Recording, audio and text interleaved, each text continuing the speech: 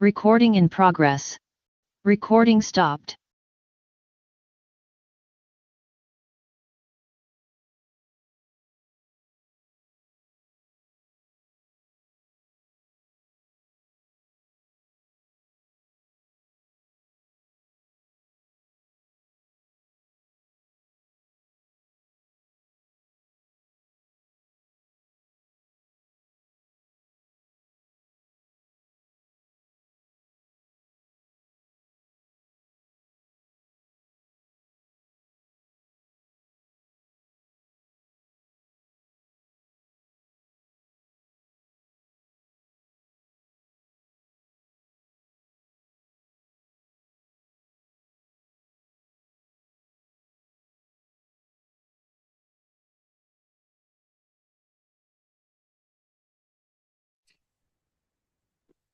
I've raised the hand. Good morning. Is the meeting happening or is it just me that cannot hear anything? So we're starting at 10 o'clock. And Okay, thank you, Tanya. Honorable April, More, I can hear you. more.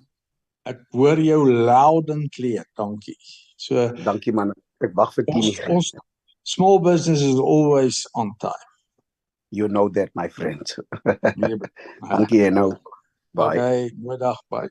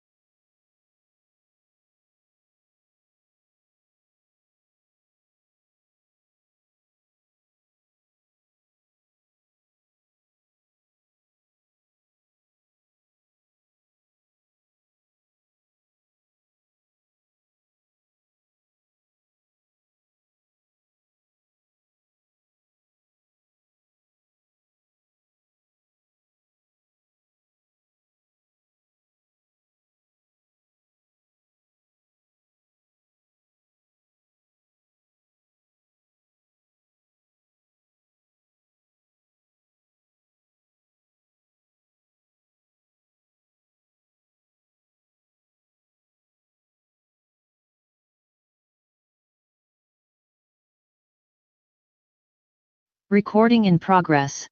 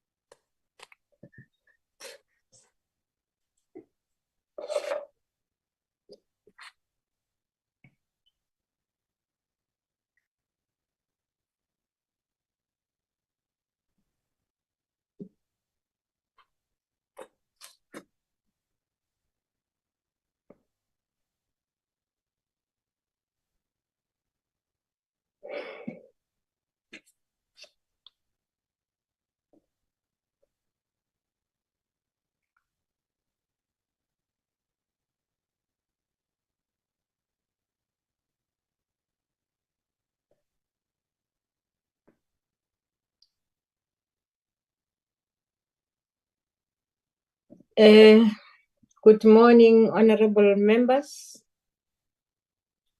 The time is now 10 o'clock.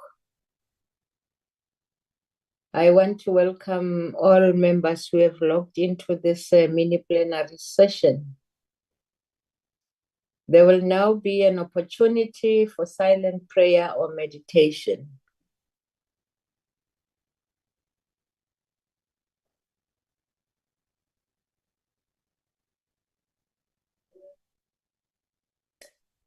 Thank you, honorable members.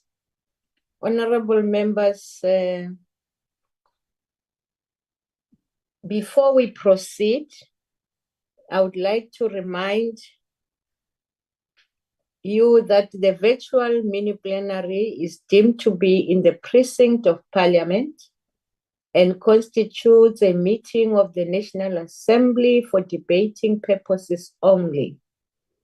In addition to the rules of the virtual sittings, the rules of the National Assembly, including the rules of debate, apply. Members enjoy the same powers and privileges that apply in the sitting of the National Assembly.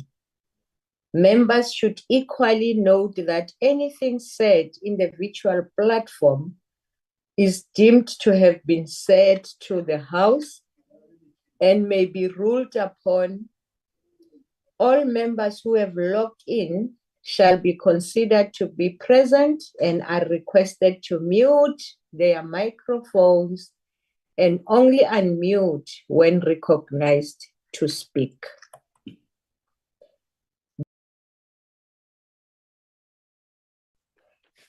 They are very sensitive. This is because they are very sensitive and will pick up noise which might disturb the attention of other members. So when recognized to speak, please unmute your microphones, where connectivity permits, connect your videos. I know that connectivity might be a problem, so we don't expect you to have your video on if that is the case. Members may use make use of the icons on the bar at the bottom of their screens, which has an option to allow members to put up his hand to raise a point of order. The Secretariat will assist in alerting the chairperson to members requesting to speak. Honorable members, when using the virtual system, members are urged to refrain or desist from unnecessary points of order or interjections. Lastly, I wish to remind you that we are meeting in a mini-plenary session, and therefore any decisions will be taken in full plenary session of the Assembly. The first order of the day is the consideration of the report of Portfolio Committee on Transport on a petition from residents of Ukhahlamba Local Municipality, KwaZulu-Natal Province, calling on the Assembly to investigate the state of roads in their communications. Having said that, I will now welcome the Honorable Chairperson of the Transport Committee, Honorable Lesoma. Thank you very much, Honorable Chair and fellow colleagues on the platform and fellow South Africans. Honorable House Chair, oversight is a critical part of ensuring infrastructure development and areas of service delivery, including road maintenance and development. The report before the House or the Mini-plenary today is a petition of people representing various sectors within the local Ukhahlamba Local Municipality. Due to submission of the petition to the Portfolio Committee and the oversight by the committee, the report covers the specifics in terms of the road damage and the remedial action that is required from the municipality, provincial government, and National Department of Transport. During the oversight, the Provincial Department of Transport briefed the committee on the issues and progress to commence with the refurbishment of the roads in the municipality. While it is pleasing to note that there is a progress in relation to refurbishing many of the roads in the district, however, there is at the same time challenges which must be addressed, as in some parts of the area, the roads deterioration did not allow for social services or ambulances to assist the community to access to health services or health care, and even attending funerals tends to be an issue of concern. The community must not be subjected, Honorable House Chair and colleagues, to such a conditions, and therefore it is imperative that the road maintenance proactively occurs timely. The roads under consideration in this report, Honorable House Chair, have been acknowledged to be in a poor condition, and some of these roads are not public roads, but private roads, which are and need to be refurbished as well, as they are critical to tourism and sector in this area. The report, Honorable House Chair, seeks to make important observations and recommendations, and it is imperative that the National Department of Road and Transport, or of Transport, as well as Provincial Department of Transport in conjunction with the municipality, follow up on the observations and recommendations and submit progress reports to the Portfolio Committee as timeously as expected. And we hope by the time in our next engagement with the committee, after the adoption of this report, we would have a good story to tell in terms of the progress. It cannot be, Honorable House Chair, that communities have to petition the Portfolio Committee to receive basic service delivery in terms of basic maintenance of the road infrastructure. The municipality must develop the skills, capacity, and capability to ensure that there are no deterioration of the road infrastructure, but rather its development. Inclusive economic growth and development, as well as job creation, depends on the efficiency of the road infrastructure. Therefore, the report has been approved by the Portfolio Committee, and the committee seeks the consideration of the approval of the House through this mini-plenary sitting, that the report be adopted and accepted by the House. Thank you very much, Honorable Chair. Here we present the report of the Portfolio Committee of Ukhahlamba Community Petition. I thank you, Chair.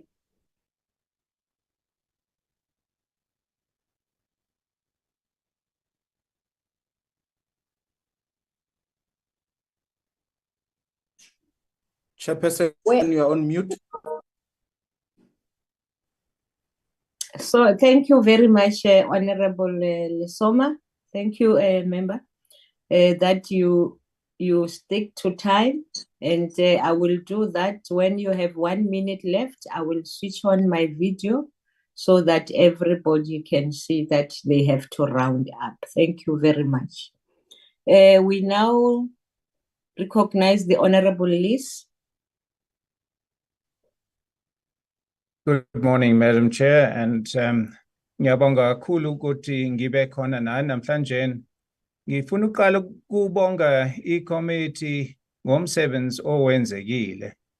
Kampela i-report siyayisupporta and sibheka phambili ukuthi umsebenzi uwenzeke.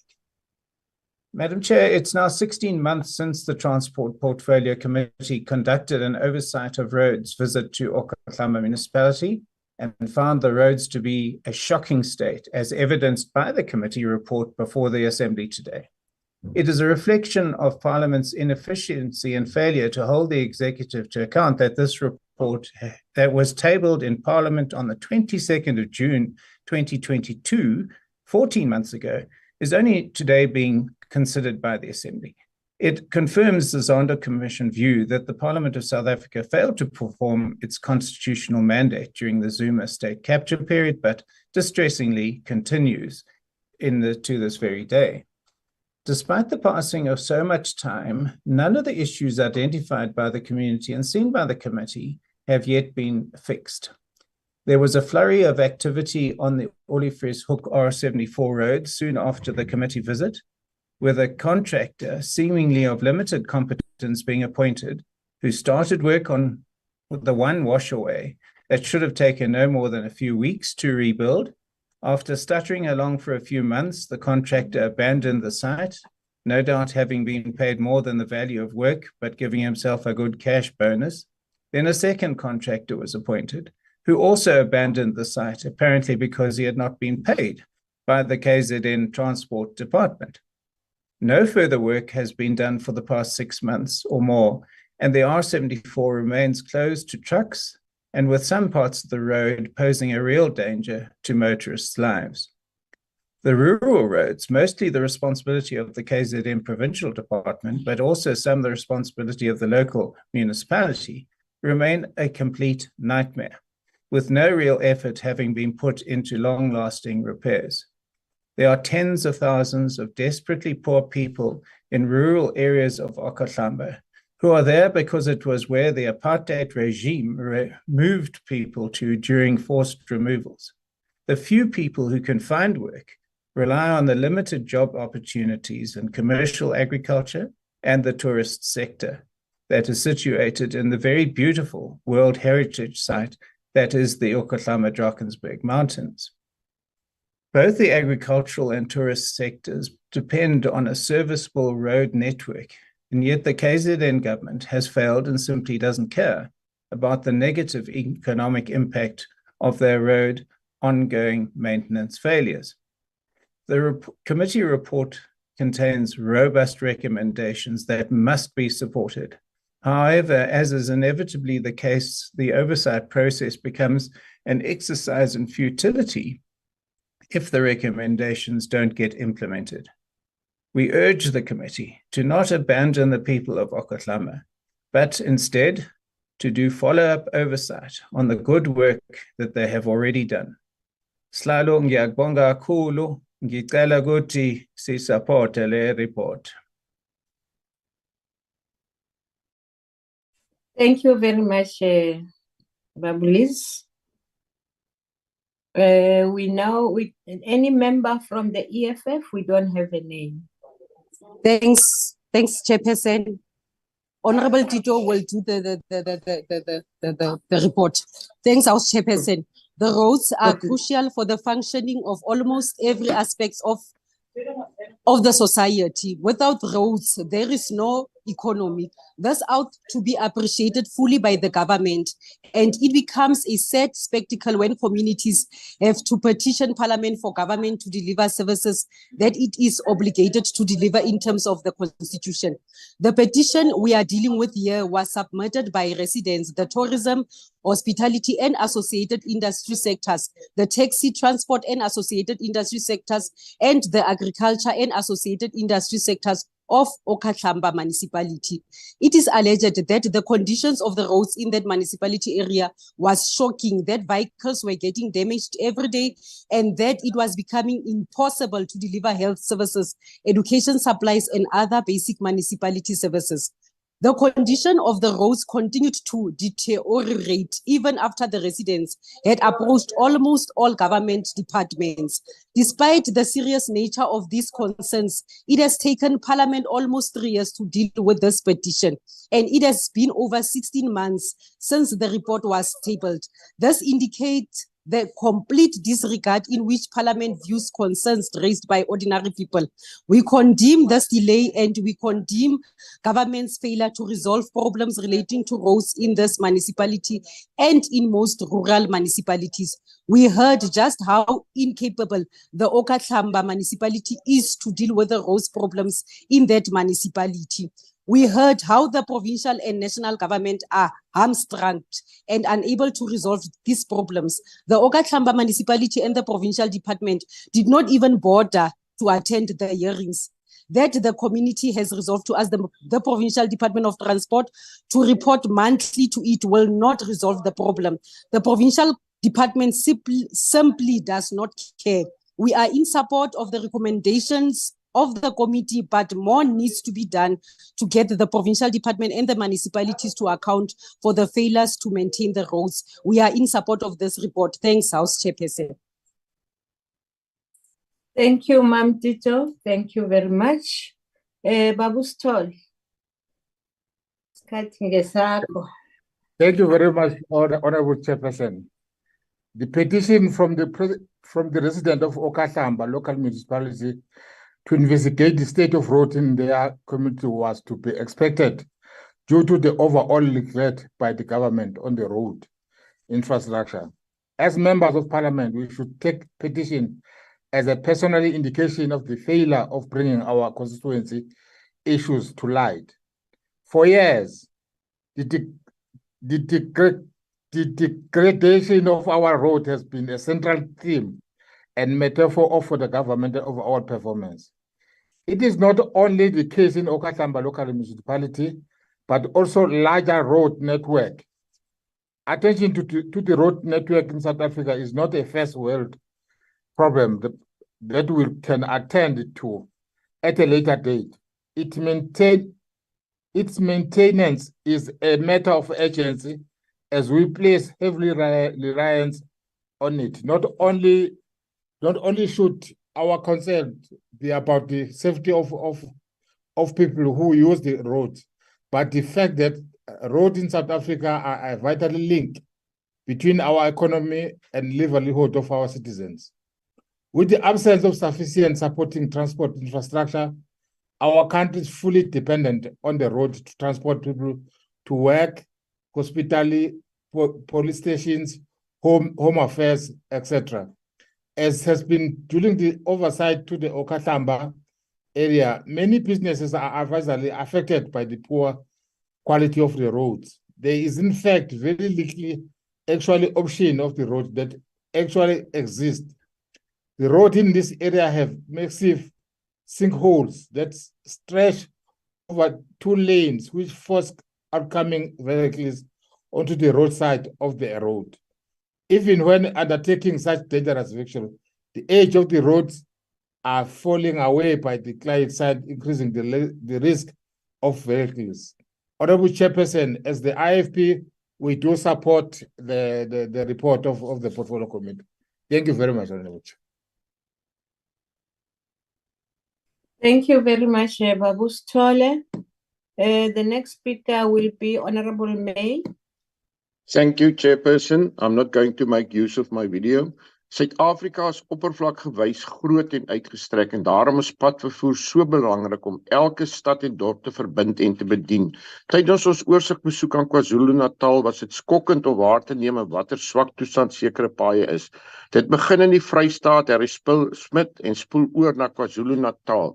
Die paaie in en om die omgewing van Ukhahlamba plaaslike munisipaliteit is in skokkende toestand en veroorsaak groot skade aan motorvoertuie en die ekonomie. Die onveilige paaie is al vir jare in die vervalle toestand en alhoewel dit deurentyd aan die plaaslike munisipaliteit, provinsie en nasionale departement van vervoer gerapporteer is daar niks aan gedoen nie. Slaggate neem maande voordat dit herstel word en geen onderhoud word gedoen nie. Die kontrakteurs beskik nie oor die nodige kennis en vaardighede om die slaggate behoorlik te herstel nie. Normale onderhoud is nie genoegsaam om die vervalle paaie te herstel nie. Die hoofbronne van inkomste om die gebied van Bergwil is landbou en toerisme. Goeie paaie is dus noodsaaklik. Bergwil is 'n klein dorpie, maar in die toegangsroete is die toegangsroete na die noordelike Drakensberg wat jaarliks deur 500.000 toeriste besoek word. Dit is 'n baie groot getal en daarom is dit so belangrik vir toerisme. Daar is dus 'n verpligting op die ANC-regering om die paaie in 'n goeie toestand te hou, om toerisme te bevorder en werk te verskaf. Voorsitter, die R74 is die hoofroete vanaf Harrismith in die Vrystaat deur Bergwil en Winterton na die N3 en Ladysmith. Op sekere dele van die pad is dit slegs een baan wat gebruik kan word en geen behoorlike waarskuwingstekens is eers teenwoordig nie. Die R74 was vervalle vanaf 2010 tot 2014 nadat 'n kontrakteur vooruitbetaal is en die fondse verdwyn het. Die R74 was vir 3 jaar gesluit. Tydens die komitee se besoeke is ons deur verskeie organisasies toegespreek, onder andere landbou, gasvryheidsbedryf, inwoners, plaaswerkers en die taxi-bedryf. Almal was dit eens dat die paaie onmiddellik herstel moet word, anders is werkloosheid aan die orde van die dag. Sekere gastehuise ontvang glad nie meer besoekers as gevolg van die swak paaie nie. Die melkbore is deur die melkindustrie meegedeel dat hulle nie meer die melk vanuit die plase kan vervoer nie, aangesien die toestand van die paaie in te swak toestand is en hulle melktrokke vasval. Indien die regering ernstig om die ekonomie te laat groei en werk te skep, is ingryping in die gebied uiters noodsaaklik. Gemeenskap op hulle eie kan nie die paaie herstel nie. Die regering het 'n verpligting en moet eie belang en korrupsie staak om ons vervoerstelsel weer te herstel. Baie dankie, voorsitter. Baie dankie, achtbare lid May. Honorable members, we don't have a name. Is there anyone from the UDM? None. ATM? Good. None. Honorable Jafta?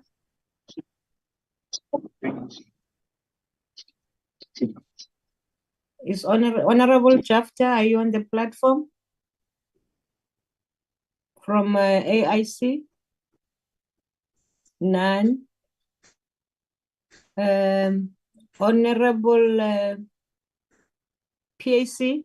Honorable Nyanjo?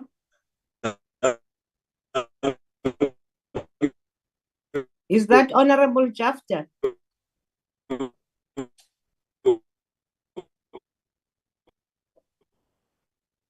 Honorable Jafta, I can see that your mic is open, but we can't hear you.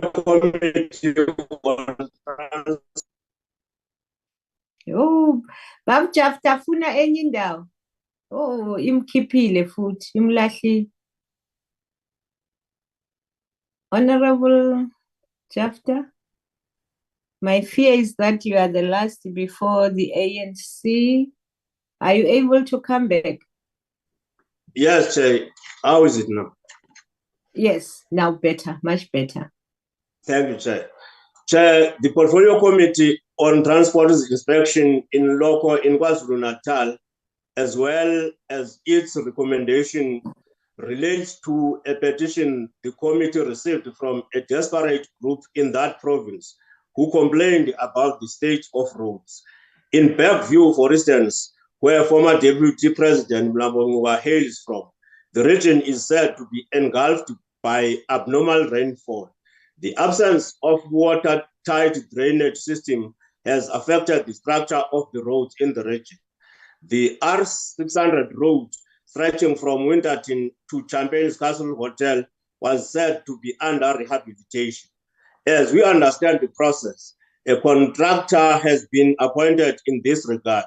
Having assessed the petition referred to the committee, it recommended the following, amongst others: that the Department of Transport, as well as the KwaZulu-Natal Department of Transport, report to the committee monthly from the date of adoption of the report by the House on progress to fix the roads indicated in the petition, that the department report to the committee when and which provincial roads are handed over to SANRAL, including not limited to the date of the transfer, the length of the road transferred, and when projects will start to repair the roads.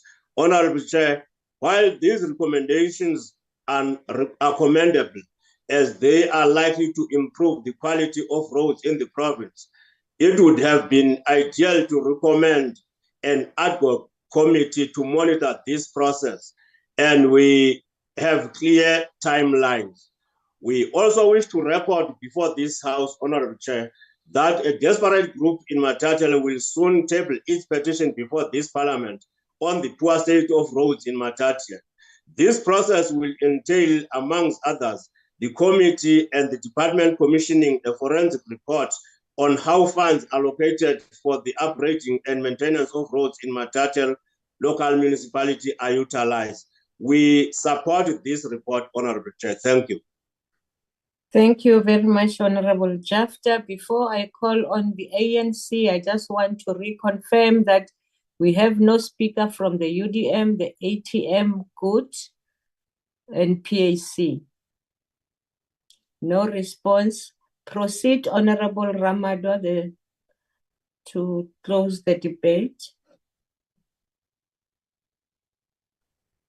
Honorable Health Chair, it will be Honorable MacDonald that will be fielding. Thank you. Proceed, good morning, Chair. Honorable. Yes. Petitions from communities requiring service delivery is an important part of our democracy. It also enables members of Parliament to engage in oversight to ensure that communities receive social delivery in the form of road infrastructure. Transport infrastructure is a critical part of the economic reconstruction and recovery plan. It is a key driver which enables economic growth as it ensures that communities have access to markets and social services. Road infrastructure enables job creation as it enables different economic sectors such as agriculture and tourism to thrive. It is imperative that municipalities and provincial governments ensure that there is no deterioration of roads, as routine maintenance prevents the more costly exercise of rebuilding the roads. Moreover, the deterioration of municipal and provincial roads can result in damage to cars, and it is a safety hazard. It can cause accidents, which results in fatalities. Therefore, it is important that municipalities and provincial government develop the capacity for both road maintenance and road development. The neglect of road maintenance increases the cost of the refurbishing of roads, and this has a negative impact on the budget for road maintenance and development as it increases the cost thereof. The report by the Provincial Department of Transport clearly indicates that there is a plan for the refurbishment of the roads in the area, which includes private roads that are critical to the tourism and hospitality sectors. The ANC is expecting that the rehabilitation of the road infrastructure in the Ukhahlamba area will lead to greater economic activity, especially in the agriculture and tourism industries. Increased economic activity will enable job creation in the area. Therefore, the committee will expect an update on the progress with regard to the road rehabilitation. It is imperative that the Provincial Department of Transport and the municipality communicate with stakeholders and the community on its plans for rehabilitation of the roads, and that it does not necessitate a petition while there are plans in place for rehabilitation of both public and private roads. The report makes an important recommendation on the necessity for the Provincial Department to provide the committee with information regarding the transfer of roads to SANRAL. It further requests information from the department on the construction of the road and the relevant details of when the roads for construction and by whom the committee further seeks to understand all the petitions and or complaints received from communities in the area. These roads for the past 5 years. Reports are also expected on the provincial maintenance grant, as it is expected that all these funds are utilized for road maintenance. Law enforcement needs to stop heavy trucks from utilizing the R74 as per the road signage. The Portfolio Committee has approved the report for submission to the House. The ANC supports the report and seeks the consideration of the House and the approval of the report. Thank you, House Chair. Thank you very much, Honorable Member. Honorable members, that brings us to the end of this debate, and the debate is concluded. Thank you very much for availing yourselves. Thank you, honorable members. As you are here, honorable members, remember that time has not been given for other orders, but my understanding is that we proceed on all the mini plenaries of this mini plenary one with the third order, which we shall now proceed, which is the consideration of a standing committee on finance, on oversight, visit to Land and Agricultural Development Bank of South Africa. Let me just quickly allow the presenter to come in. The first one. On a point of order, Chair. It's Honorable Alexandra that must now Honorable speak. Chair, my hand is up. Order. Okay. Let me just check if we have hands up. Okay. Ma'am Lesoma. Thank you very much, Honorable House Chair. May we assist? The next report is for transport as well. Thank you very much. Oh, they gave me, oh no, I went to the third order. I'm sorry for that. Thank you for helping me. Butuma, now bofuna ukungena. Yeah, no, like injalo, I think say lungi, Okay. say lungi. No, ilungile ke. Now we proceed to the order, which is the consideration of a report of Portfolio Committee on Transport and Public Protector Report number 37 of 2018-19 on a systematic investigation into allegations of illegal conversion of goods carrying Toyota Quantum panel vans into passenger carrying minibus taxis to transport members of public for reward and matters related thereto. And the chairperson will again introduce the report to us. Ma'am Lesoma. Thank you very much, Honorable House Chair and colleagues and fellow South Africans. The Portfolio Committee on Transport is tabling to the House, which is the mini plenary in this instance, for consideration and approval and to processes for the National Assembly to approve and adopt the report of the Public Protector number 37 on a systematic investigation into allegations of illegal conversion of goods carrying Toyota Quantum panel vans into passenger carrying minibus taxis to transport members of the public for reward. This is an important investigation with critical recommendations as it deals with the safety of passengers in the public transport on public roads. Honorable House Chair, the report and investigation was very thorough, and the practice of illegal conversion of vehicles has to stop, as these vehicles have been in accidents with many fatalities. Road safety, Honorable House Chair, standards is not a debatable subject, as it based on the preservation of people's lives and safety on the road. This must be governed by legislation and regulation. A social compact of stakeholders, is necessary to ensure that this unsafe practice of illegal converting of panel vans to transport members of the public for rewards as taxis must stop. The taxi recapitalization program extended to the scrapping of these illegal converted vehicles is an important way in which the scrapping of these vehicles can occur, and for the legally operating taxis, which are based on operating standards for vehicles to operate in the public transport sphere. Honorable House Chair, for those who are defiant to operate outside the law and regulations, then those vehicles should be impounded as per the National Land Transport Act, which is the only act which allows for impoundment of vehicles. The taxi industry must operate within the law and respect the rules of the road or face the legal consequences thereof. The law must be enforced, but not in a draconian manner as was during the times of the apartheid era, but through consensus with social partners such as taxi industry. It should be enforced and to the T. The law must be enforced to the T.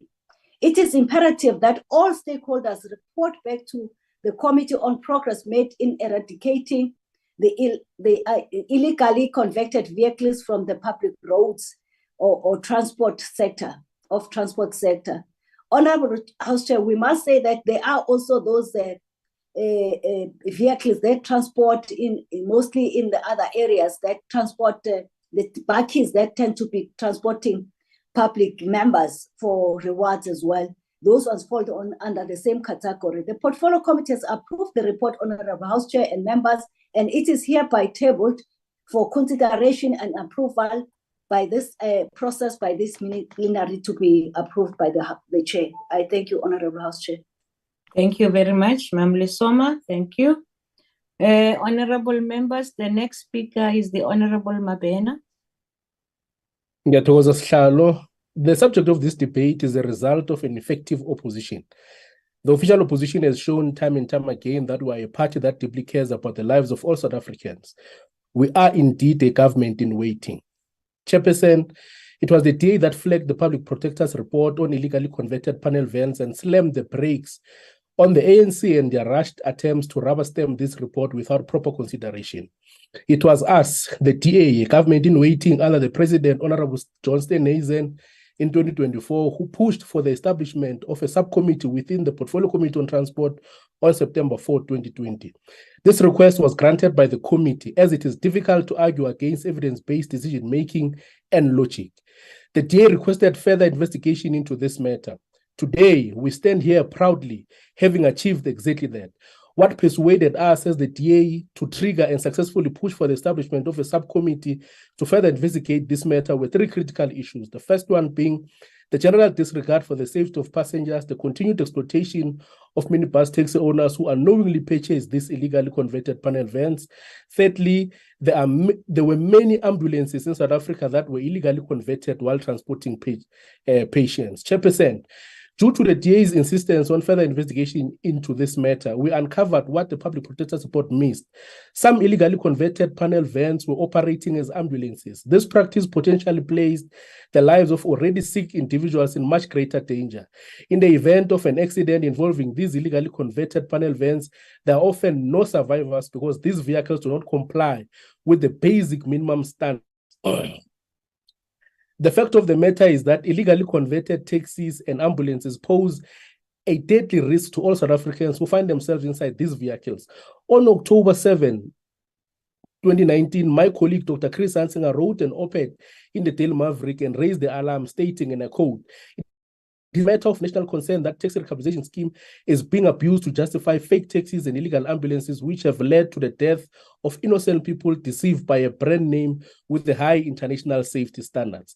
We were not surprised, close quote, we were not surprised because the Public Protector's report solely focused on the taxi industry and ignored sectors where illegally converted panel vans are in use, such as tourism, agriculture, construction, to name a few. Once again, it was the DA that raised another alarm on October 1, 2019, when we called on the then ANC chief tweetist and poor excuse of Minister Mbalula to take action against illegally converted taxis and ambulances. We had learned that 70 new Ford Ranger vehicles had been blocked by a roadworthy test station in Durban, KwaZulu-Natal.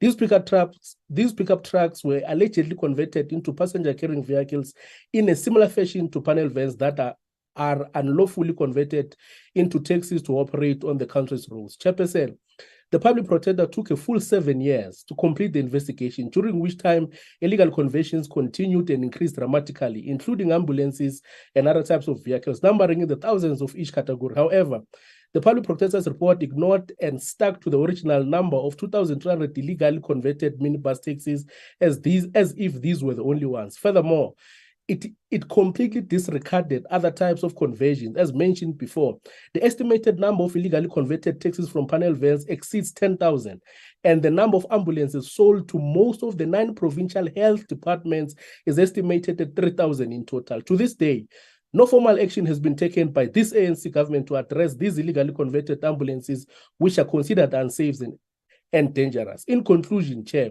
as a self-respecting opposition, we are disheartened by the final report of the Portfolio Committee on the illegal conversion. We believe that a great injustice has been done by covering up the transformation of goods-carrying Toyota Quantum panel vans into passenger-carrying minibus to transport members of the public under unacceptable conditions, including lack of effective control, exploitation of the unsophisticated taxi industry, profiting significantly, willful participation in exploitation, deception through a well-known brand name, resulting in death, injuries, amputations, loss of income, and putting law-abiding road users at risk. It is our strong belief that addressing these challenges and ensuring safety should be a top priority. Chairperson, the DA will support this report, but with the above-mentioned concerns that we have placed in this report. Thank you very much. Bayete Ngwenya. Bayete.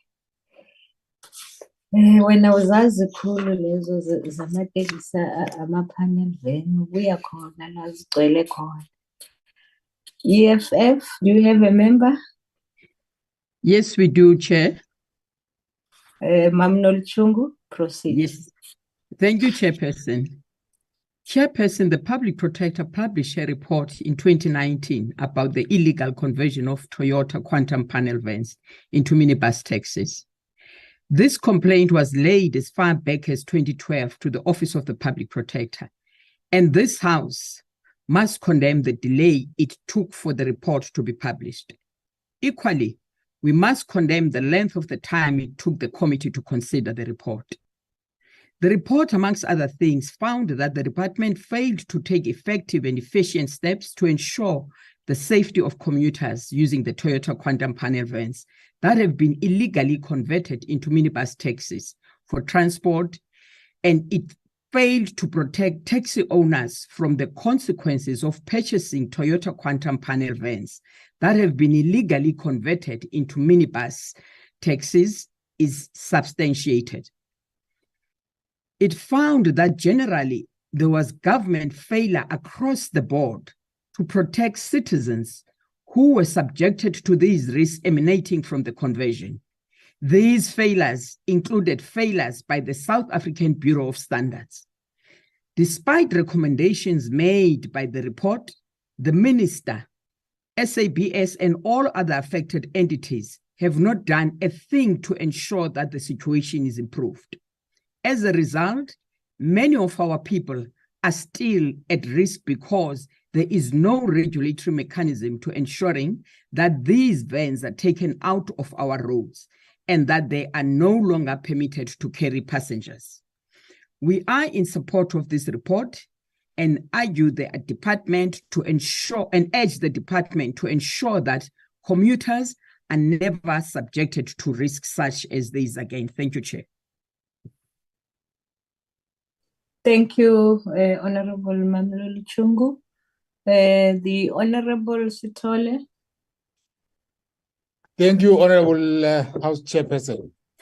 Honorable House Chairperson, the lack of standard within the taxi industry has opened up an area of ambiguity when it comes to what is expected of owners and drivers versus what laws are being applied to them.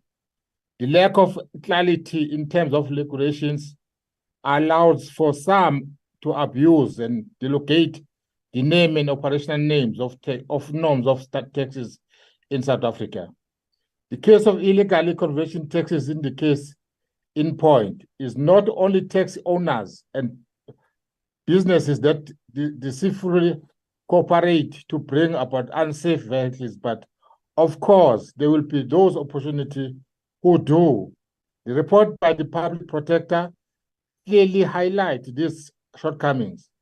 The fact that this matter has been referred to the early on 2000, where it's come to light that panel was intended for the delivery of goods were illegally converted for passengers use. So since then, the national regulations of compulsory standard and the South African Bureau of Standard have failed to implement sufficient compulsory standard and test respectively to prevent unsafe modified taxi from entering our streets. This has placed all South Africans at the mercy of change and God. These vehicles are a danger not only to the passengers, but our road users, as they have not been tested to same criteria that other vehicles has been, thus providing far inferior protection to its occupation. It is the duty of the state to impose regulation that led to the standard by which manufacturers must conform to in accordance with the safety requirement of the state.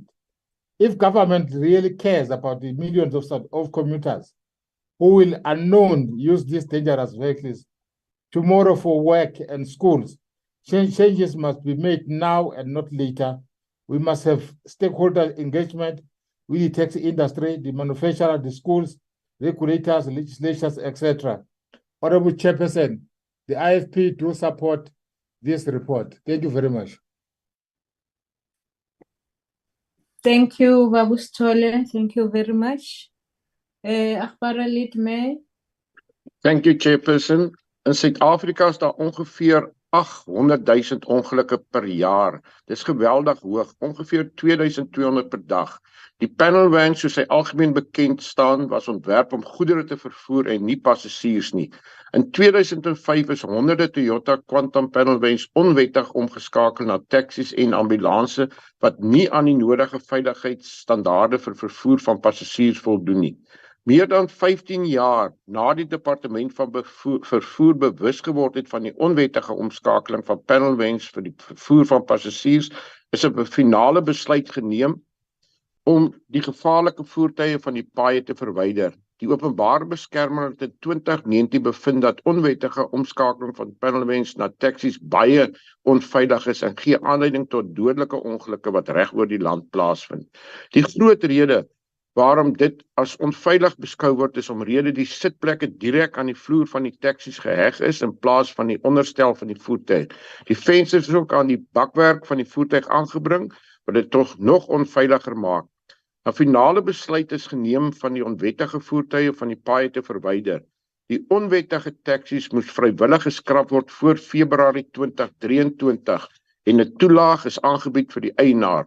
Indien dit nie voor 2023 geskied nie, sal die onwettige voertuie geskit word. Die hele proses moes deur die taxi herkapitaliseringsprogram geskied. Eienaars is R141,000 per taxi aangebied om die voertuig te skrap. 1226 voertuie is geïdentifiseer en 588 is teen Oktober 2022 van ons paaie verwyder. 638 is nog uitstaande en die volgende redes word aangevoer.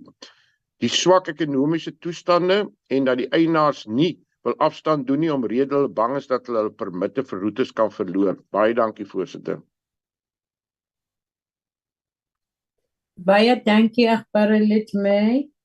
Honorable members, anyone from the ACDP on the platform? Anyone from UDM on the platform? ATM? Good. AIC? Thank you, Honorable Chair. Commuter safety in South Africa is poorly under-reviewed.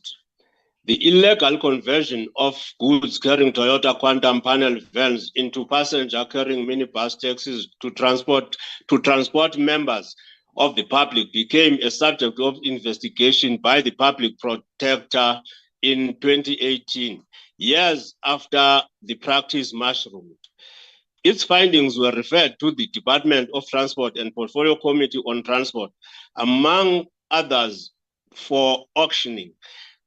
Among its recommendations, the report instructed the Minister of Transport to take urgent and appropriate steps to, amongst others, ensure the department has an extensive updated record on a number of vehicles that have been retrofitted as part of the identified 2,353 vehicles and reconcile a database of vehicles that were originally admin marked and the current value of those vehicles, so as to consider the number of vehicles that will be due for scrapping, and such vehicles should, with the consent of its owners, be duly scrapped, and the owners offered scrapping allowances to enable them to acquire roadworthy and authorized vehicles. The committee has endorsed these recommendations, including its own directives that the department ought to investigate allegations of other types of illegally converted vehicles other than minibus taxis vehicles and submit a report on the number of these vehicles registered on the NRT's system to committee within 1 month of adoption of this report. Given the state of road safety in South Africa, the adopted report, if adopted by the House, must immediately be forwarded to all relevant stakeholders, including Santaco and Toyota South Africa. Another notable recommendation we fully support is the injunction that the taxi industry must work with the department on improving the uptake of the RP. It is indeed all hands on deck. We support the report, Honorable Chair. Thank you. Thank you, Bob Jafta. Do we have a member from COPE? Do we have a member from the PAC? The ANC, Honorable McDonald, it's your time. Thank you, House Chair. The Portfolio Committee on Transport is tabling to the House for the consideration and approval the report of the Public Protector number 37 on the systematic investigation into allegations of illegal conversion of goods carrying Toyota quantum panel vans into passenger carrying minibus taxis to transport members of the public for reward. This was a thorough investigation which delved into the legislative and technical matters related to the illegal conversion of panel vans for the public transport. The ANC supports the report, its findings and recommendations. The Chair has correctly spoken to the issues of public safety and ensuring the reduction of fatalities involving taxis on public roads. There are too many fatalities on our roads and this must stop. The conversion of these vehicles does not comply with the requisite specifications and safety standards as that which is built by the manufacturer for the transport of people. The people-centered caring ANC government will never allow for the illegal conversion of vehicles, which is a safety hazard, resulting in the injuries of people while being transported on public roads. On the basis of the report, the Department of Transport has instituted a revised taxi recapitalization plan to incentivize the taxi industry not to go the route of illegal conversions of quantum panel vans and to ensure the primacy of safety of passengers first and foremost.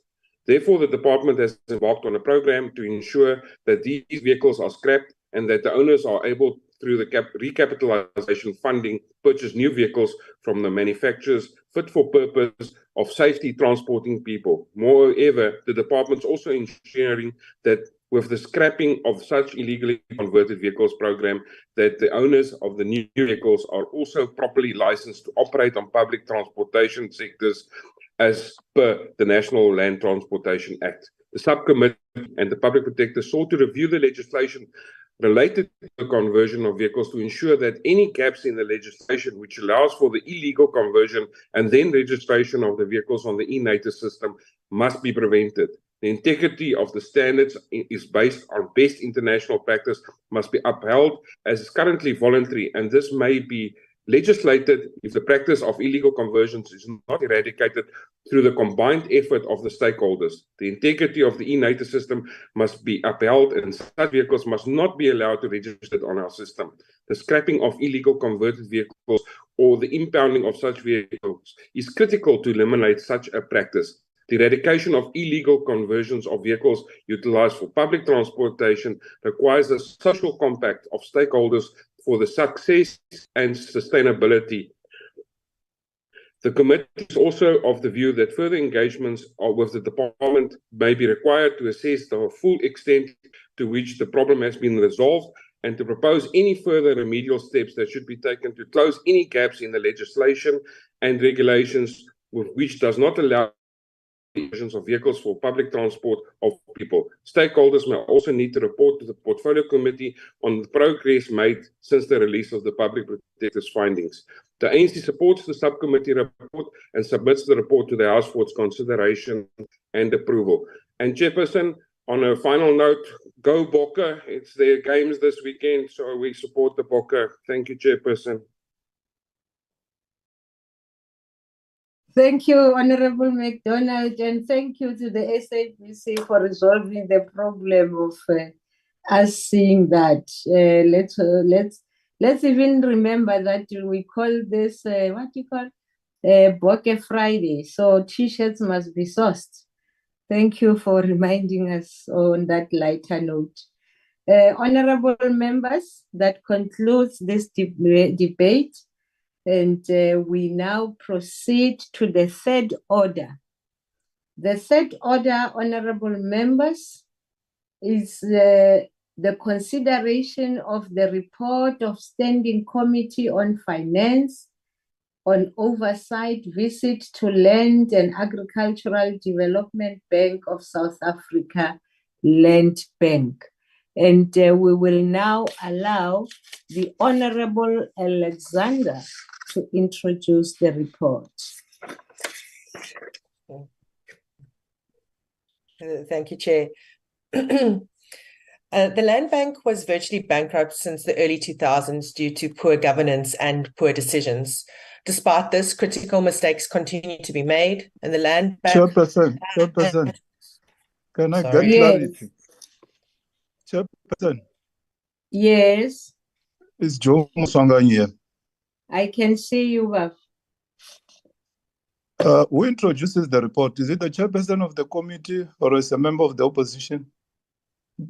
From the documents that I have, I've been given Honorable Alexander. Even on the paper is Honorable Alexander, and the 7 minutes that the ANC has, it's on the last speaker. I don't know why it happened this way, but that is what I have. I thought maybe there was something, but if you give me just a minute, I can switch off my mic and try to find out, because I really also don't understand how it came about. Yeah, please. It's unprecedented. The reports are it's unprecedented. It's true. Yes. On the guide that I have, it says Honorable Alexander. On the paper, on the speakers list, it also says that. Let me just find out from Mike, from the table staff. Mikey, just call me quick.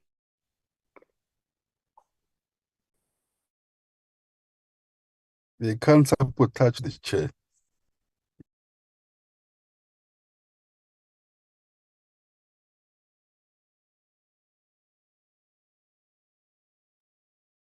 Shang. Mike says he'll come back to me quickly. Probably he's also checking. I had thought it was your agreement from that committee. So that's why I decided to go with what I'm given. Well, we can't outsource power, Chairperson. And we are led by the chair of the committee. You are our leader. I cannot agree more with the Honorable Maswangai. This is a committee report. He must be the one who must introduce it, not the opposition. I don't understand. One and the only one. Yeah, the only one, Chairperson. We're practicing for 2024. We're practicing for 2024. You are warming up. You will warm up until you get injured on the touch line. Let me call. Chair, he'll warm up Chair, until he goes on pension. He has failed even before then.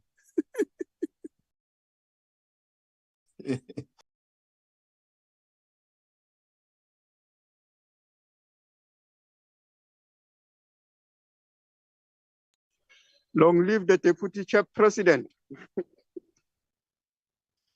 Okay. Amanda Bunga. Okay. Okay. Okay, thank you. I will try to do that. Honorable members, I am told that there is a hand here. Let me go to the hand. Honorable Khadebe. No, I've already made my comment. The chairperson of the committee must introduce the report. Thank you, Chair. Honorable Khadebe, I am told that when the ANC submitted, they only put the last speaker. Now I'm going to ask the Honorable Nkomo to come in here. Honorable Nkomo, just take us out of the misery, please. I don't want to be blamed.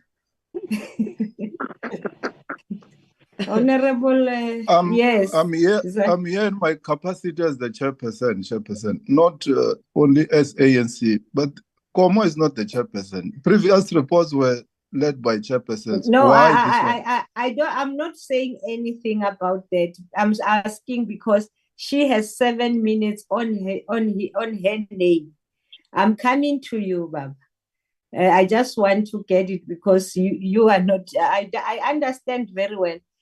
Honorable Nkomo, you are still good, so I'm going to divide the minutes between you and the chairperson. And as it has been happening, the chairperson got 4 minutes and Honorable Nkomo will get 3 minutes. So let's start it correctly. I think it was an oversight by the ANC when they sent the name and then only indicated as Nkomo. And we will look into that. And thank you for raising it, Baba Maswangani, on this issue.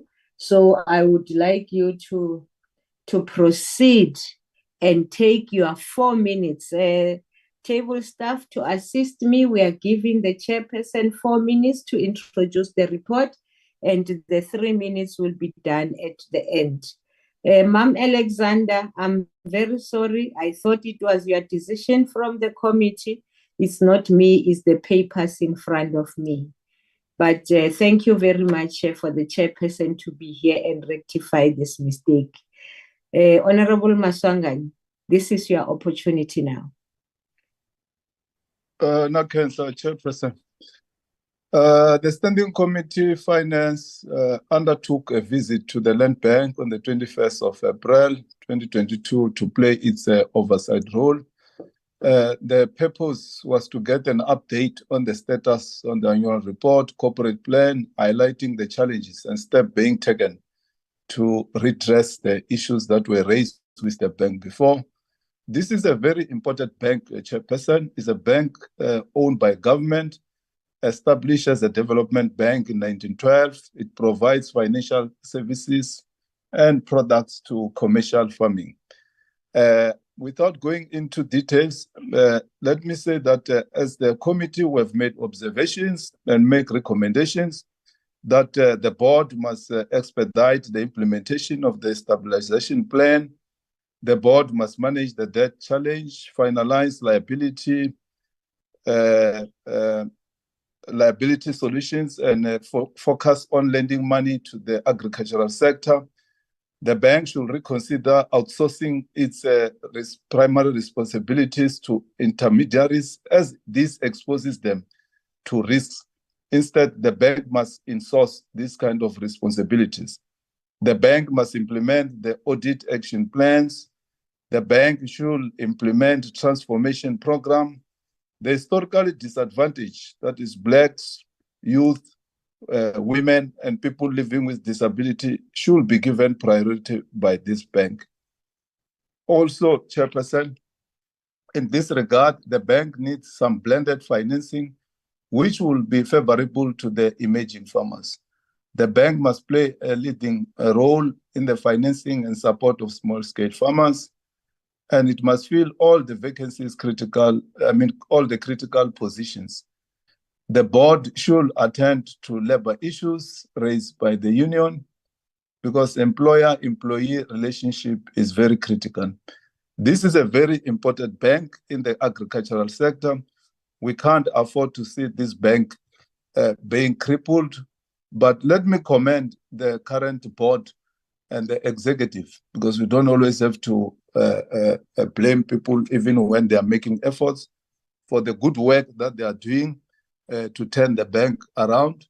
And we'll continue as the Standing Committee Finance to play a critical oversight role on the land bank and other financial institutions owned by government and those which are privately owned, because we don't only play oversight on government-owned finance institution.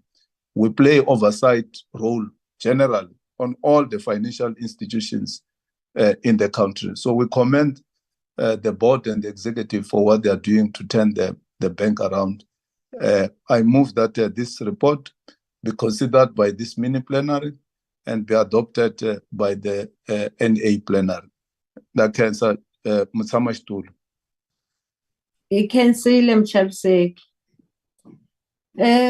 Honorable members, we now invite Honorable Alexander. Thank you, Chair. I'm glad it's my turn now. The Land Bank has actually been bankrupt since the early 2000s due to poor governance and bad decision-making. Despite this, critical mistakes continue to be made. And we saw in the Land Bank had 1.7 billion in reserves in 1997, which was being built up over many years due to the government's capital endorsements, annual appropriations, and retained earnings. Today, that would be worth 6.5 billion. A variety of reasons have led to the loss, which include irregular expenditure, poor credit decisions, and lending to activities outside the bank's mandate. Consequently, the bank no longer provides agricultural services to the agricultural sector. It has compromised the success of the land reform beneficiaries, aspiring young commercial farmers, the agricultural sector, agricultural sector, as well as food security. The land bank funding model is the first mistake that needs to be fixed.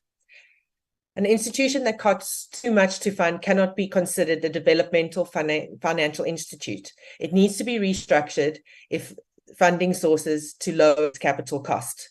As of 2010, the bank's main source of funding has been the money markets, which mature within 1 year.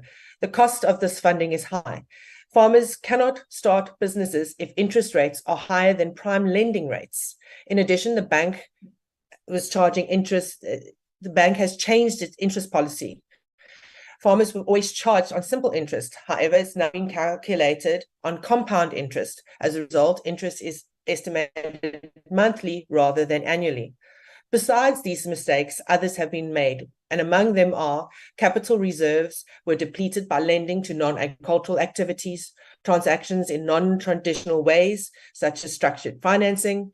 The number of officers in the country, as well as the number of field staff to assist clients, has been reduced, and poor credit controls resulting in a massive loss of the bank due to the use of intermediaries to manage short-term production loans. The bank's balance sheet should consist of a mix of funding to ensure appropriate funding costs to enable sustainable development finance. It has to be mentioned that Treasury has failed to play effective oversight over the land bank, and it can be further said that this is true for other institutions that are failing or have failed. Lack of oversight that has led to a lack of transparency and accountability in the land bank's operations. The introduction of systemic risks has become prevalent in the land bank's activities. This has led to the decrease in public trust and the confidence in this institution. As a result, the land bank has become unsustainable and unable to meet its financial obligation. We feel it in our pockets every day in South Africa as our economy is simply not growing. The Treasury could assist with some relief South Africans by cutting fuel levy costs or introducing zero-rated essential grocery items. The Treasury has overestimated the country's economic growth, leading us into unfunded budgets. In the coming months, we are going to see these budget reductions in many critical areas. This will be a difficult time for many citizens, especially in essential services, will become scarce.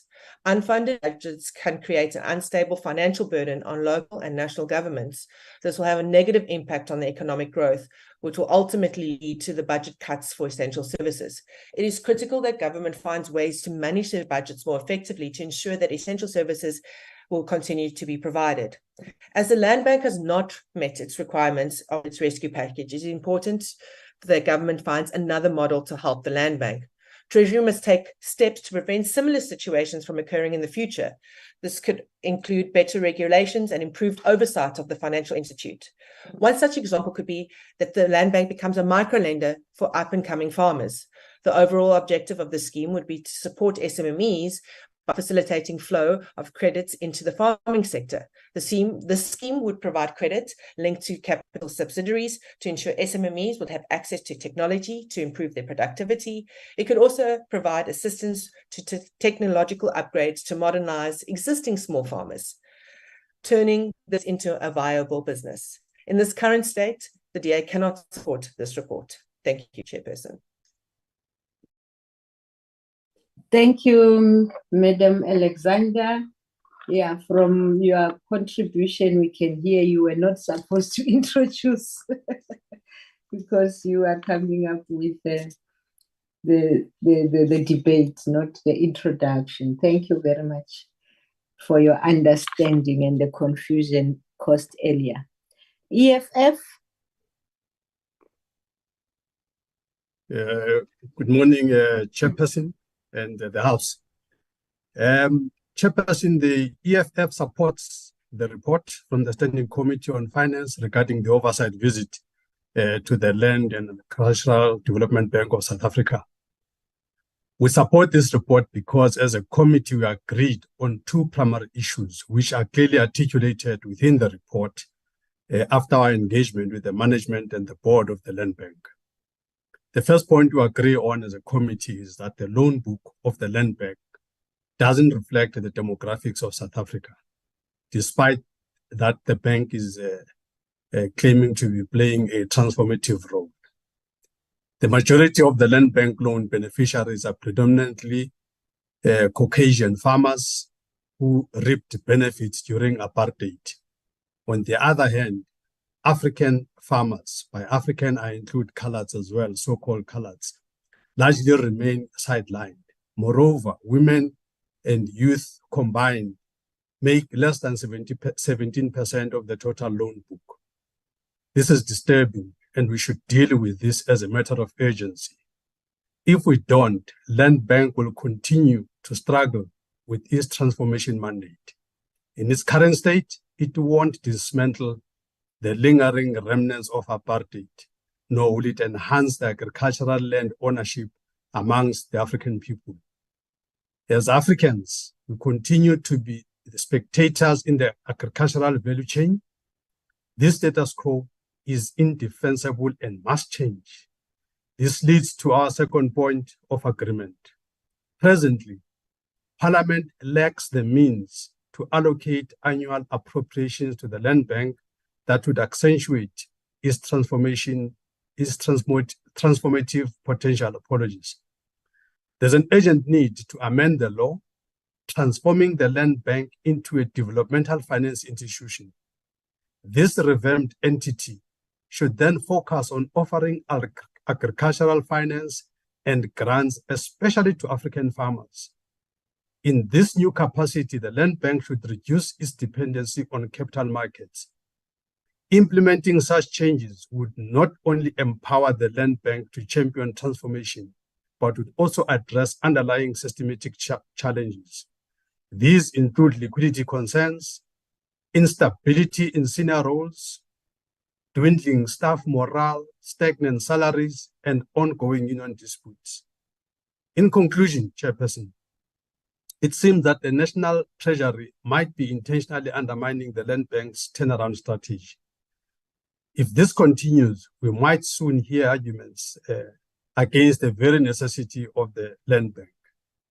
Lastly, Chair, I must just indicate here that the reason I use Caucasian and African is because for me, a white person or a white white looks like this. This is a page. This is white, and black looks like this. And I've never seen anybody that looks anything like this. So for me, it's Caucasians and Africans. Thank you, Chair. Thank you, Babu Manye. Thank you very much. We proceed now to Inkosi Buthelezi. Ndabezitha.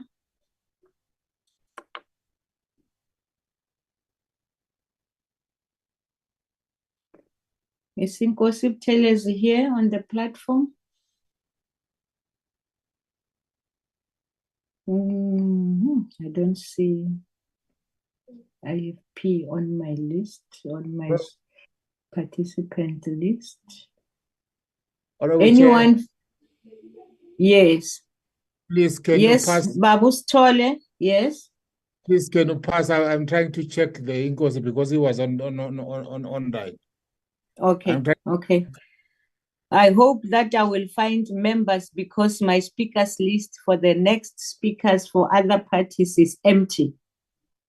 But Babu Stole, we give you this minute to just try and check as I proceed. ACDP? None. UDM? None. ATM? None. Good? None. AIC? Babjafta uphumile. COPE? PAC? Yo, this is not good, PAC not members. talking, Chair. PAC is here, but not talking. Okay, so you don't even support or disagree? I support, Chair. I support, Chair. But don't force me to support. No, I said support or disagree with the report. It's okay. No, I agree, Chair. Thank you very much. Are you okay now, Babu Stole? I can't see Ubabu Buthelezi coming in here. Do you have? Honorable Chair is coming in and he was kicked off. He was kicked out, so now I spoke to him. He's coming in now. I will allow because we don't have members to speak, and as we wait for him, this honorable members, the way the speakers list, we don't have parties. You know, listening to this debates that are going on, this have got to do mainly with our constituents. And it just confirms to me what we got yesterday from programming, that members don't attend oversights. And this is a proof that they can't speak on something that they don't know and they're not here.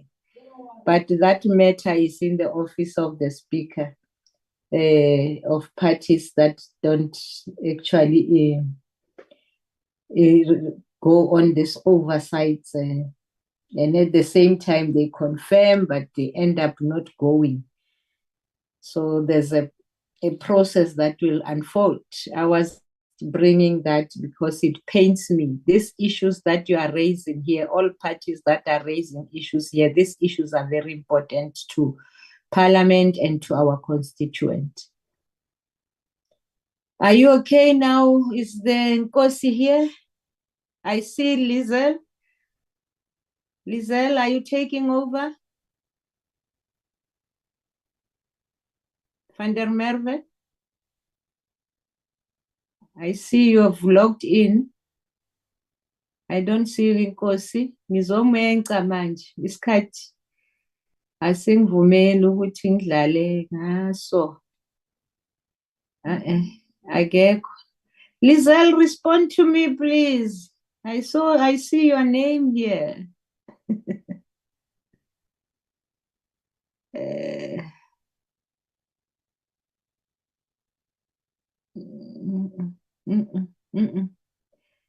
Abasekho bonke ke manje. They've all gone. No. Honorable Nkomo, please close the debate. Angisaboni noyiwani manje. I saw Van der Merwe, now she's gone. Ubaba uSithole naye angisamtholi. Can we proceed now to the last speaker, who is Honorable Nkomo? You have 3 minutes. Thank you, House Chair, and greetings to honorable members on the platform. House Chair, historically, the Land and Agriculture Bank was set up in its mandate pre-1994 to provide support to the development of white agribusiness and build it. Post-1994, its orientation changed, and instead of conducting itself as a development bank, providing financial support to Black emerging farmers, which at the time is in the first 5 years of democracy was a critical policy of the ANC. The bank reorientated itself into one of commercial lending, going against grains of government policy intentions. This forced Black emerging farmers away from the bank into the arms of other financial institutions who were less interested in the agricultural business. Once the bank shifted away from the philosophical and policy mandate of what it used to be, problems started. The fact that Treasury has had to financially support the bank in order for it to pay off its creditors when it slipped into a debt default position in April 2020 points to poor management and financial decision-making and a perpetual liquidity challenge since then. This meant that the bank has not been supporting clients' funding needs and no loans disbursed since the event of the default. At the time of our visit 2 years later, the bank was still in a default position. A June 2023 billion equity injection by Treasury provided the bank with some liquidity to provide financial support to those that they had contractually already committed to support and to pay the interest on its debt to creditors. This was followed in 2021 budget with the recapitalization of the land bank of 7 billion equity. Poor decision-making, like agreeing to the majority of the loan book being managed by intermediaries, are reasons for this situation. Positively, this has now largely then insourced and managed internally. In essence, the funding structure of the land bank has been a fundamental challenge. There is a dependency on commercial funding sources from the capital market at borrowing rates that are relatively more expensive than the repo rate.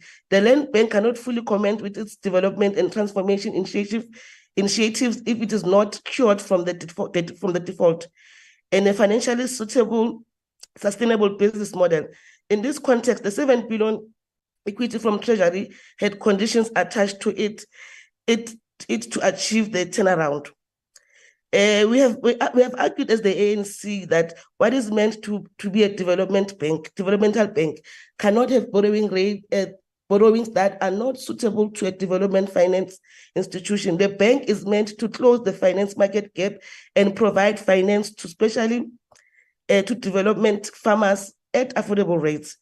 Fortunately, and largely because of intervention of Treasury, there has been no further cause by lenders to settle its debt. Positively, this has enabled the bank to save its interest payment and to reduce its debt by 28%, which is 11.4 billion, as at April 2022.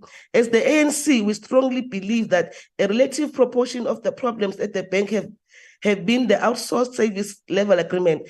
We welcome that some have been cancelled or not renewed, and the bank insourced to those who work at the bank. The bank should not outsource its primary activities to intermediaries. The funding models of the land bank has to be reviewed in order to ensure its sustainability. The recommendation of the Commission of Inquiry into Provision of Rural Financial Service of a report of 1996 must be brought back so that the development and transformation mandate of the land bank is restored to assist emerging Black farmers and those who are in agribusiness. The ANC supports this report. Thank you, House Chair. Thank you very much. Thank you. House Chair. Yes. The system kicked me out, so I was trying to look for a spot. Now I think I'm back, if I may be permitted. I'm going to use my discretion, take into account. I know that the ANC has spoken already, and I'm not allowed to allow you. but I'm going to take a different route and use my discretion and allow you, Honorable Buthelezi. Pardon me, members. Thank you very much, House Chair. Can I proceed now? Yes, and Okay, you thank have you. you have just how many minutes? 3 minutes. 3 minutes, Yes. yes. Thank you Please very much. proceed. Okay, most of our SOEs in our country are not functioning optimally and failing on their mandate and are heavily reliant on government bailouts to stay afloat, and this poses a threat to our fiscals. Land Bank is not an exception as it faces similar challenges relating to liquidity and defaulting on its debt commitments. During our visit, it became clear that one of the causalities of challenges faced by the bank is the funding model itself, which needs to be reviewed. The current funding model was designed to cater for farmers who are well-established, self-sufficient, which excludes small-scale farmers and in particular black majority people who are poor. For Land Bank to be able to assist the poorest, most vulnerable farmers to finance land, acquire equipment, improve assets, and obtain production credit, the funding model needs to be reviewed accordingly. A further challenge that became evident in the case of the Land Bank, like most SOEs, is the fact that outsourcing critical services is hampering internal capacity. The situation of the Land Bank outsourcing the management of its loan book to UNICO, who proceeded to withhold critical information required by the bank, is an example of how critical the need for internal capacity development is. Failing to address the internal capacity across government departments and across SOEs will cause departments to be held at ransom by third-party service providers. One glimmer of hope, Honorable Chair, that came to light during the oversight was dedication of Land Bank employees to their work. As much as the bank is facing threatening challenges which result in employees not being sure of their future, the commitment observed by the committee of the employees to their work was plotted. For a number of years, workers of the Land Bank did not receive increases, yet they remained dedicated to their work and committed to turning the entity around. While the IFP know the government intervention to inject financial assistance, however, Chair, that is not enough. The financial assistance needed to be accompanied by structural changes, as no amount of money can solve these challenges of the bank if the same structural hindrances remain in place. The IFP accept the report, Chair. Thank you very much for your kindness. Thank you, Ndabezitha. Thank you for at least having been able to log in. The benefit of being in Oats. No, I'll do it to everyone. Okay, thank you. Thank you very much, honorable members. This debate is concluded as we now move to the fourth order. And the fourth order of the day, which is the consideration of the report on Portfolio Committee on Agriculture, Land Reform and Rural Development on Oversight visit to Mpumalanga Province from the 29th to the 31st of March 2023. Inkosi Mandela, Ndabezitha. Thank you, Honorable Chair. Good morning, Molweni, Dumelang. Maybe perhaps I'd start with emphasizing what you alluded to earlier, as oversight visits are an important part in our parliamentary democracy and gives expression not only to the legal requirements for oversight and compliance, but also to active citizenry as prescribed by the Constitution of the Republic. In doing so, we give further expression to multi-party oversight delegations working in concert for shared goals and objectives in terms of oversight visits, again ensuring compliance, but also ensuring that the mandates entrusted to the administration or the relevant departments, including budget, translate into service delivery and the improvement in the quality of life of our people, and specifically the targeted beneficiaries of specific government programs and project. This oversight by the Portfolio Committee on Agriculture, Land Reform and Rural Development to Mpumalanga province on the 29th to the 31st of March 2023 was no exception. We have spoken at length of the challenges faced by various sectors of the economy as a result of the COVID-19 pandemic. And we have seen the Presidential Employment Stimulus Initiative, PESI, at work. We have witnessed firsthand the efforts to revive the economy, slowly starting to bear the fruit in some areas and exponential growth in other areas. We are all in agreement that increasing unemployment remains a colossal challenge, but that the agriculture sector is one of those sectors that holds immense potential for massive job creation, poverty alleviation, food security, and wealth creation. This is why our task of oversight is so vital and critical. The Department of Agriculture, Land Reform and Rural Development, as led by Minister Togo Didisa, received 1 billion in order to assist and provide relief to distressed farmers affected by COVID-19 pandemic. However, there have been challenges that have been reported by some farmers in accessing and redeeming some of the PESI vouchers. Our task through this oversight was to obtain insights into the implementation and impact of the PESI on the agricultural sector in Mpumalanga. In addition, our oversight into the development of agricultural infrastructure that will enable market access for emerging farmers by visiting farmer production support units is vital in ensuring that not only the emerging farming sector is reached, but the quality of support is sufficient to take them to the next level in their endeavors.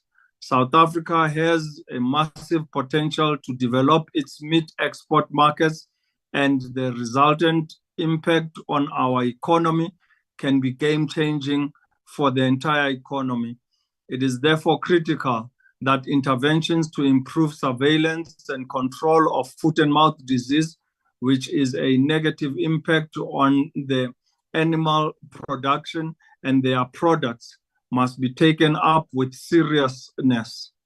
These, honorable members, are some of the issues I thought I should touch on and highlight by way of introductory remarks on this budget vote.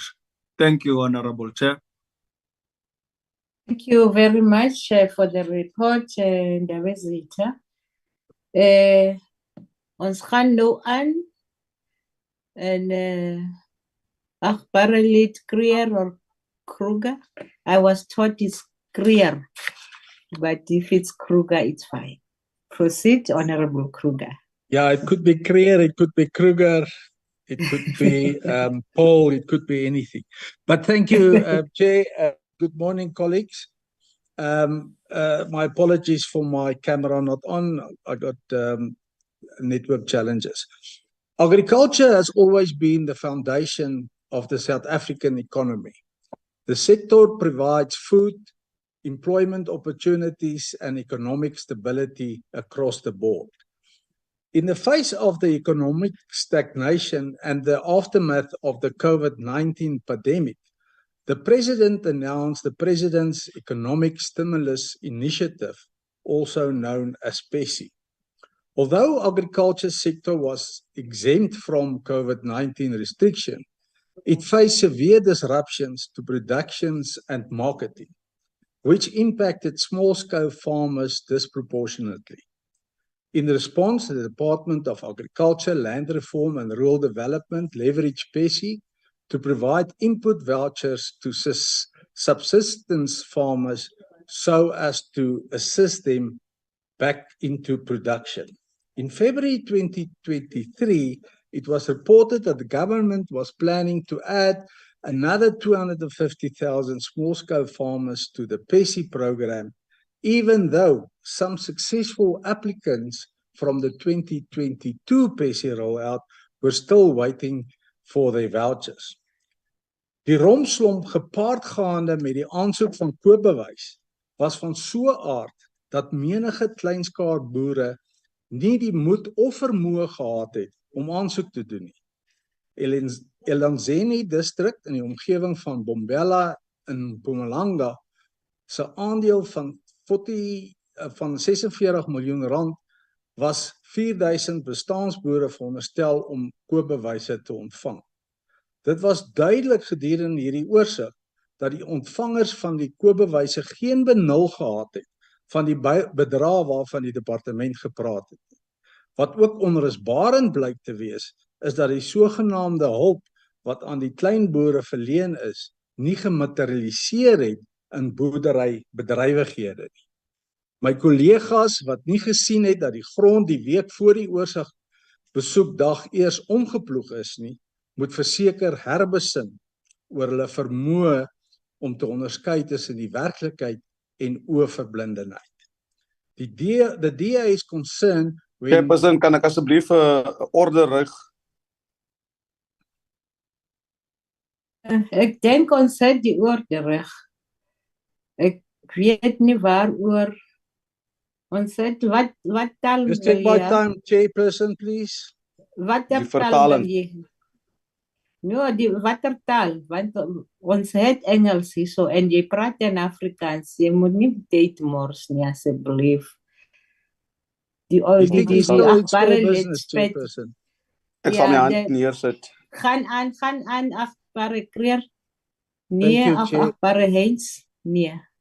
The DA is concerned when taking the history of the ANC government funding programs in South Africa into account, which are infamously littered with allegations of corruption and mismanagement. The PESI package has been subject to similar issues, which have led to a large-scale misallocations of resources and a lack of accountability. Therefore, the DA will constantly monitor the recommendations of this report with no fear and favor. While the President's economic stimulus package in agriculture has the potential to bring about positive change, it is essential to acknowledge and address the potential flaws of an ANC government. To ensure the success of such initiatives, we must prioritize transparency, fairness, accountability, and carefully monitor to mitigate this risk. A balanced approach that combines short-term relief with long-term visions for the agriculture sector is crucial in achieving sustainable growth and prosperity for all South Africa. It will take a moonshot effort to rescue our small-scale and subsistence farmers. Daar is geen nuwe dagbreek vir Suid-Afrikaners wees nie, voordat die son finaal vir die ANC sak in die weste nie. But the one beacon of light is the DA. So we need to stand with the DA, go out and register to vote DA. And in 2024, the DA will lead a new government that will stand for every South African. We will restore the shine back into food security. And together we will rescue the ambitions of every South African who has the will and potential to be a farmer, big or small, formal or informal, mega or subsistence, everybody. Together we can rescue agriculture in South Africa. Thank you.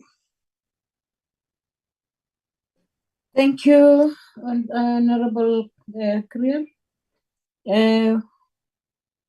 The next speaker, Inkosi Kebekul, Ndabezit.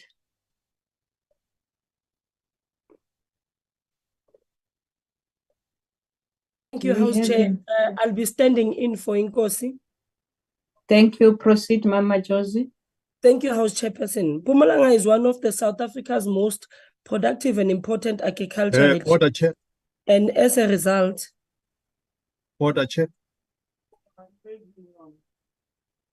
I'm sorry. Mam Zondi. ngiyenze iphutha ngoba akunagama so ngiyencisile la. The EFF, I'm sorry, whoever is calling for order, I believe you are going to tell me that. I'm sorry, Yes. Honorable Mani. Thank you, thank you, Chair. Chairperson, in fact, let's, okay, I was just going to say, I noted that Honorable Crew has got a white shirt on, which does not look like him.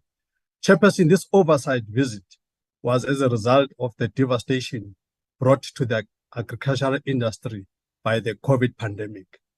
Specifically, this was to assess the impact of the Presidential Employment Stimulus Initiative on developing farmers. The pandemic, together with drought, unleashed untold suffering on the agricultural industry. We found that in Mpumalanga, the department supported farmers from 3 municipal districts.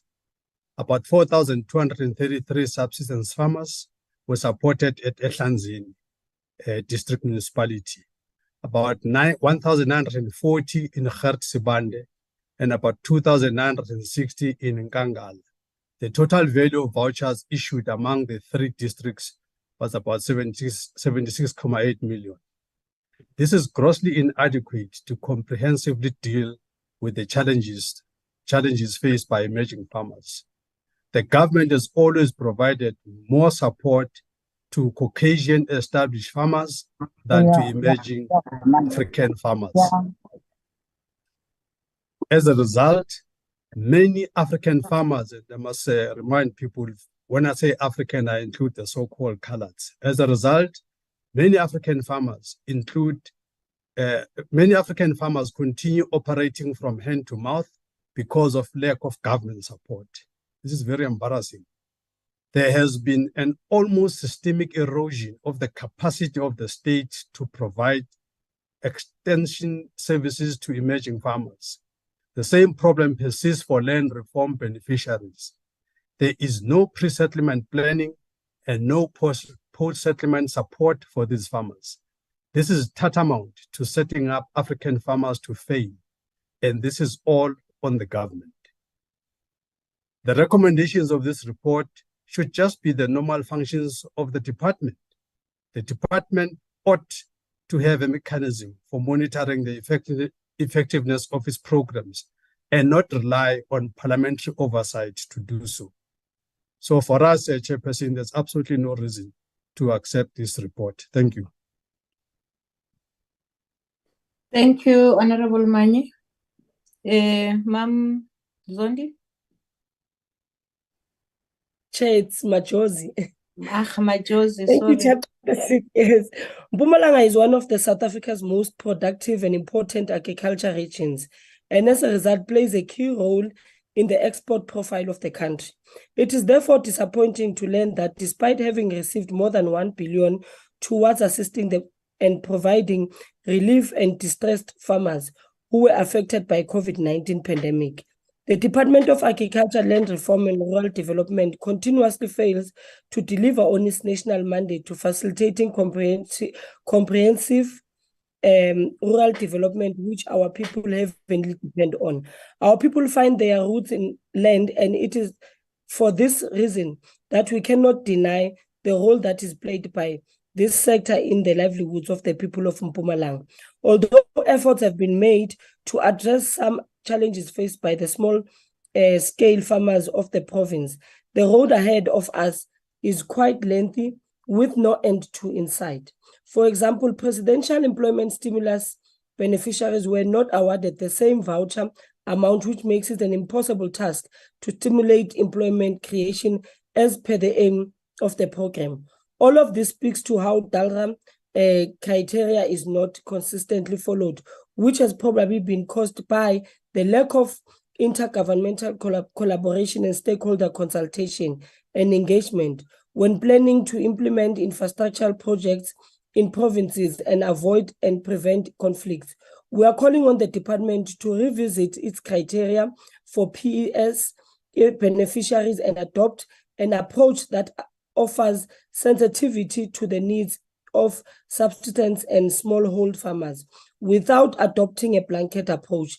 There is a dire need for the department to develop a well-coordinated farmer training and skills development program, which speaks to these needs. It is an undeniable fact that the access of farming is directly reliant on good weather, and February floods in KwaZulu Local Municipality has damaged access and infilled roads, which has had a dire impact on farming in this area. The department needs to routinely conduct repair work and replacement of irrigation system for farmers, particularly those affected by the February floods in KwaZulu Local Municipality.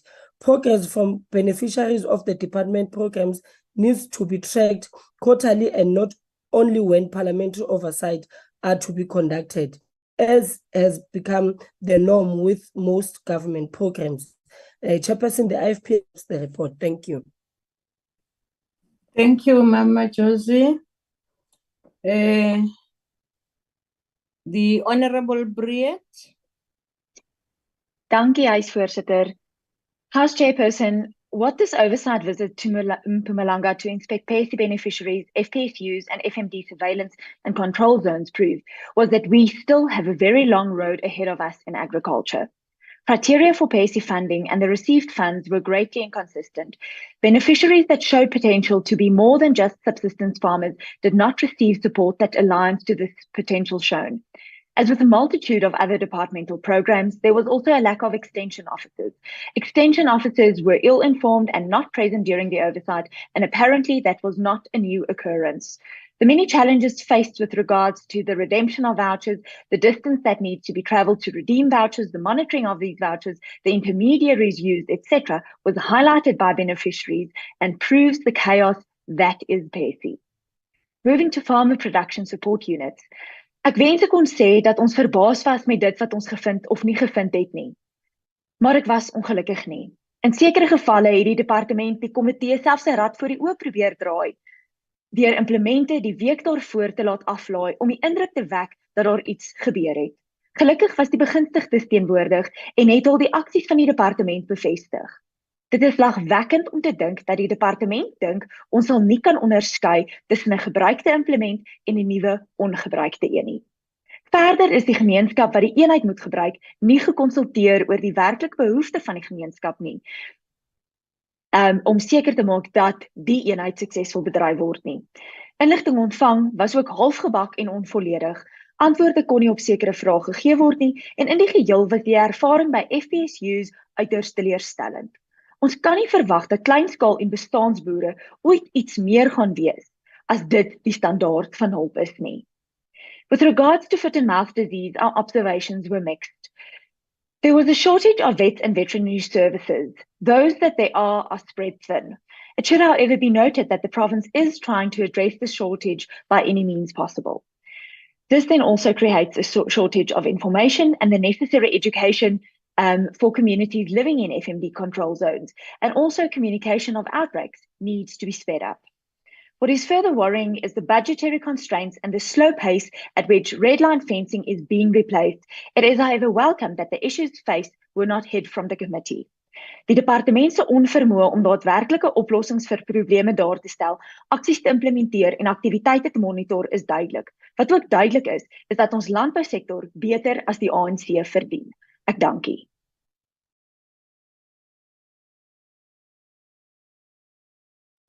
Baie dankie, Agbarelet. Do we have the ACDP? UDM? ATM? Good. AIC? COPE? PAC? PAC supports the report, Chair. Thank you very much. Thank you, Bab Nyonzo. We now call on the ANC. Honorable Tlhape. Thank you, Chair. Honorable Dr. Tlhape. Thank you, Chairperson. I hope I got a better spot. I've been in and out. I saw you. Let me greet the colleagues on this platform.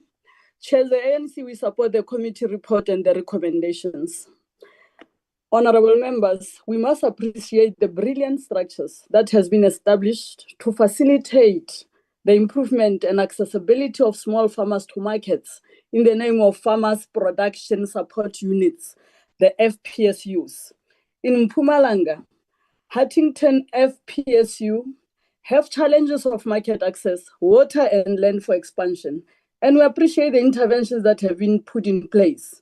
The Maleleane Komati Sugarcane FPSU have been supported with mechanization and production inputs to the value of 43,232,600. This is over and above the ongoing rehabilitation of their irrigation infrastructure.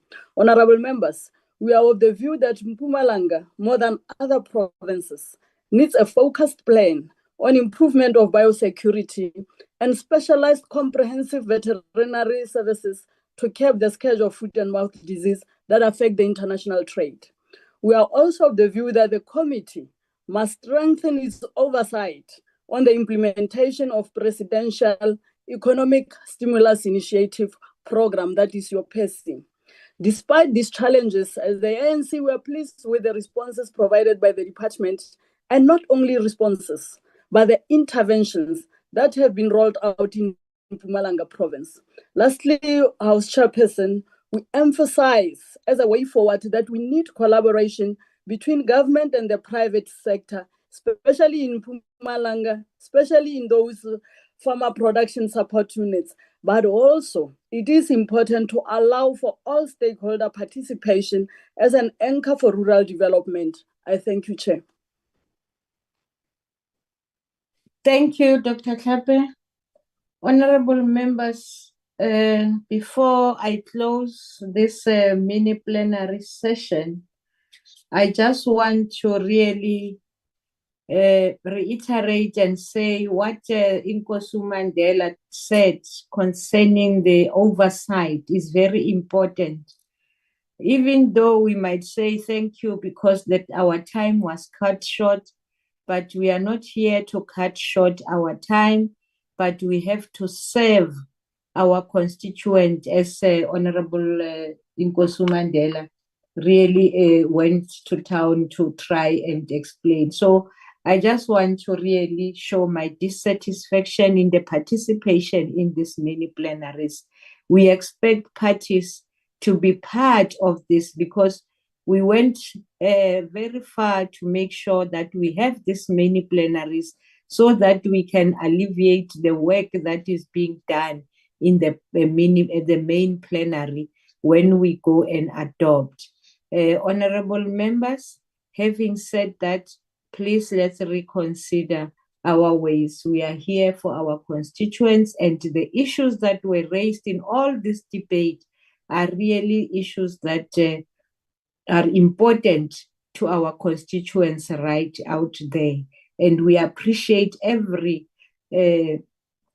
recommendation that has been made by parties so that we are able to report back to the mini plenary in terms of the voting on it or the adoption thereof of the reports that we got. Thank you very much, honorable members. This concludes the debate and the business of this virtual mini plenary. Thank you very much. You may join other plenaries. Maybe they are not done because there are members there that are participating. Thank you very much. This mini plenary is adjourned. Thank you. Thank you, Chair. Thank you.